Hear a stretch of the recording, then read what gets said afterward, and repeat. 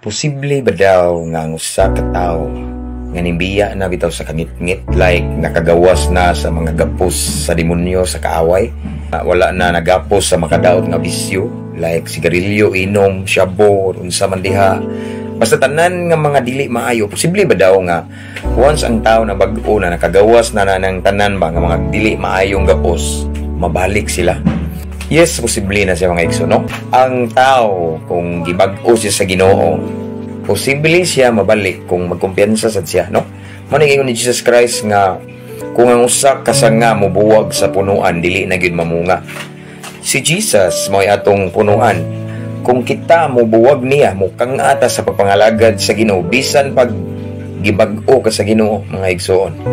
Bisan pila ka years na ka nga nakabaton sa kabag-uhan, like me, a former drug dependent in 16 years, inom, sigarilyo, babae, tanan, naghan kay kog mga bisyo nga gisudlan. Kung magkumpiyansa ko, kung mukang ako, kung mudistansya ko sa Ginoo, posible nga dali ra kay ko mobalik, no? Kung mukang ako sa prayer, sa akong pagbasa sa pulong sa Ginoo, sa akong pag-worship, sa akong pagsimba, sa akong, kung dili na ko magpaduol sa Ginoo matag adlaw, kung ako'y gitawag og quality time, quiet time ni Lord, posible nga mabalik ko sa una. Napita ito example, di ba? Ingon si Jesus Christ, dahil sa desig share nga, kung daw ang espiritu mo biya sa lawas. Magsuroy-suroy kini, niya inigbalik niya, makita niya, makaplagan niya, nga limpyo kayo hanay, kayo mobalik siya, unya, magdaog laing, 7 ka demonyo. Ingon din diya sa ending, ang resulta, kuno mas worse, pagin mas grabe ang kahimtang atong tawhana. Ngano man natungod kay kumpiyansa siya, no? Mao nagingon ni Solomon nga guard your heart. Agugol kan dili na to i-down atong guard mga igsoon, no? Kinahanglan ganunay ta nga magmaigmat sa tanan natong pagabuhaton, kay ang yawa musugutag sa dili, yawa gina siya.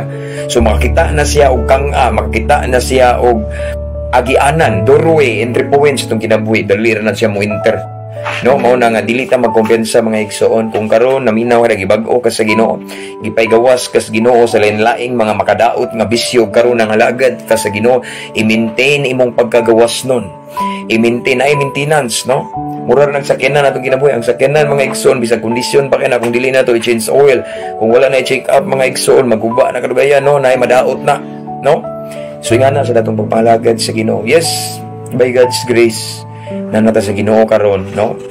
Nakabutang bag-o kinabuhi like me, gibag-o sa Ginoo, gipaygawas sa lain-laing bisyo.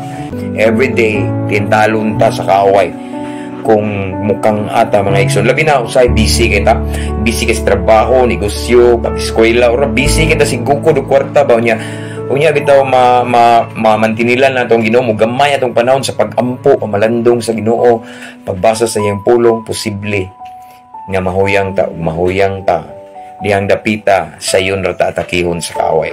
Mapataningon si Lord mga igsoon nga watch and pray so that you will not fall into temptation, no? Kinahanglan magmaigmat, magmainampuon ta sa kanunay aron dili ta madala sa tentasyon. Kay dili garantiya mga igsoon nga nabag-o taron. Yes, nakoy daghang kaila. Yes, dahil kung nahibawan, nakoy daghang mga nahibalaan nga mga kaila pagin akong uban, no? Mga banggiitan nga adik-adik, ang uban mga grabe nga mga salbahes kay mga bisyoso kayo, gibag-o sa Ginoo ning simba na, pero karon ning balik ang uban na priso gali balik kay ngano man nagkumpiyansa sila, no?